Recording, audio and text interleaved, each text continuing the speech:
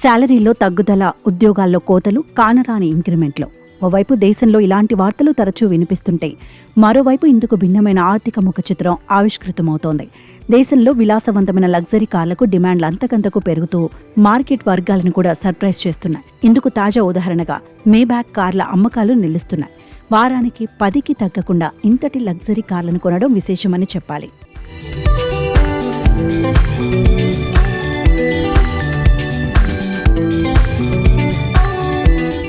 Mercedes Benz సంస్థకు Maybach brand కార్లంటేనే లగ్జరీకి పర్యాయపదం.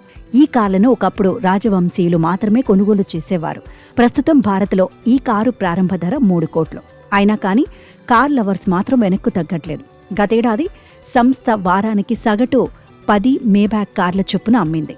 తద్వారా అమ్మకాల్లో ఏకంగా 145% వృద్ధి నమోదు చేసినట్టు జాతీయ మీడియాలో కథనాలు వెలువడ్డాయి.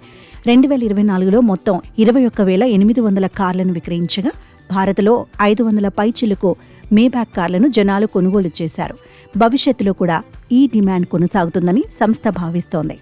మేబ్యాక్ కార్లకు భారత్లో 100 సంవత్సరాల చరిత్ర ఉందని, ఈ బ్రాండ్ భారత్లో ఎలా వృద్ధి చెందుతుందో చూస్తుంటే ఎంతో సంతోషంగా ఉందని గ్లోబల్ హెడ్ డానియల్ లెస్కో అన్నారు. గతేడాది కార్ల విక్రయాలతో ప్రపంచంలో టాప్ కంపెనీల్లో ఒకటిగా నిలిచామని ఆయన తెలిపారు.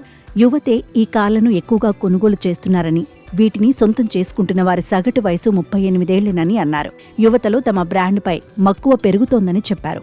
భారతీయులకు తాము కొనుగోలు చేసే వస్తువులపై మంచి అవగాహన ఉంటోందని కితాబునిచ్చారు. ఇదిలా ఉంటే భారత్లో అల్ట్రా లగ్జరీ కార్ల మార్కెట్లు మేబ్యాక్ కూడా ముందున్న విషయం తెలిసిందే. 2015 నుంచి పూణేలోని ఫ్యాక్టరీలో S580 మోడల్ కార్ను అసెంబుల్ చేసి L680 మోడల్ విక్రయాలను కూడా ప్రారంభించనుంది.